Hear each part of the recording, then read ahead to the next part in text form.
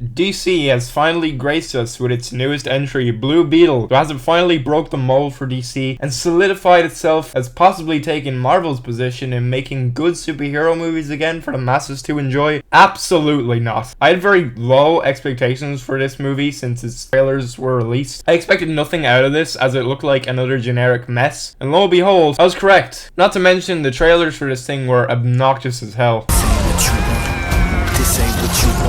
A big issue with this movie is the fact that there's a big chance this character and this story may not even matter, depending on how well this movie does. We only know he might be in the preceding new DC universe. I really don't know where to start with this one. Let's talk about the main actor, I guess. I've seen this guy in the Netflix series Cobra Kai, and from what I remember, he was pretty good there. But whatever machine Netflix churns its actors into has clearly affected this guy's acting ability, because I'm sorry, but he just did not work here. He would deliver lines so poorly as if they were all on the first take. In fairness, as the movie went on, he only got slightly better, but not before delivering a lot of his lines like Mark Wahlberg in The Happening. I will say though, as a positive, George Lopez was an absolute joy to watch in this movie. Truly up there with his role as Mr. Electric from Shark Boy and Lava Girl. I know everything, and you know nothing. I don't need to run through the story of this thing because I promise you that you've seen this story so many times. A guy reluctantly gets superpowers who has to learn to control them. Big bad corporation wants that power for their own gain, and it ultimately ends up with a big shitty CGI battle where the CGI good guy beats up the CGI bad guy. Yippee! The visual effects in this movie are unsurprisingly awful. Shocker, I know. It would always just look like PS2, PS3 graphics. It was a movie that came out a few years ago called Max Steel. It was based on some TV show with the sole intent to sell toys, but there was a live action movie adaptation of that show, and I swear the effects on that movie are basically on par with this one. The protagonist and antagonist of that movie actually look really similar to those of Blue Beetle. Everything was way too saturated, and the constant blaring neon lighting was an assault in the eyes. What really surprised me about this movie was how oddly morally corrupt our protagonists are in this movie. If you watch, the heroes in this film actually kill more people than the villains. Whenever the heroes would mow down goons in this film, people in my audience were laughing. It made for a really disturbing look into how we blindly view superheroes. This is why it's great to have media like The Boys to critique the moral ambiguity of these people. Like, for fuck's sake, these nameless goons could probably have families and they're just stepping on them in this giant fucking Blue Beetle. I mean, I guess it's fine to see these people be murdered because they're bad and have absolutely no dimensions to their character. Susan Sarandon is like the kind of main antagonist of this film, and I love her as an actress, but Jesus, she was wasted here. Has nothing interesting to her character, but of course that's not her fault. It's down to the writers, obviously. The director of this movie also seems to be completely full of shit. I seen him cite The Raid as one of the influences in terms of the action in this movie. Oh no, man, I don't remember people in The Raid flying into the air whenever they were attacked. Like, you're really gonna compare your generic superhero movie with one of the greatest action films of the 2010s? Pretty bold claim to do, man. I guess if you're a Hispanic person, you'll get a good kick out of some representation, but if you have any respect for yourself, you'll know you deserve something better. I'm sure the hero in the comics is really cool, but the movie doesn't do him justice here. Like, you don't deserve this boring, generic,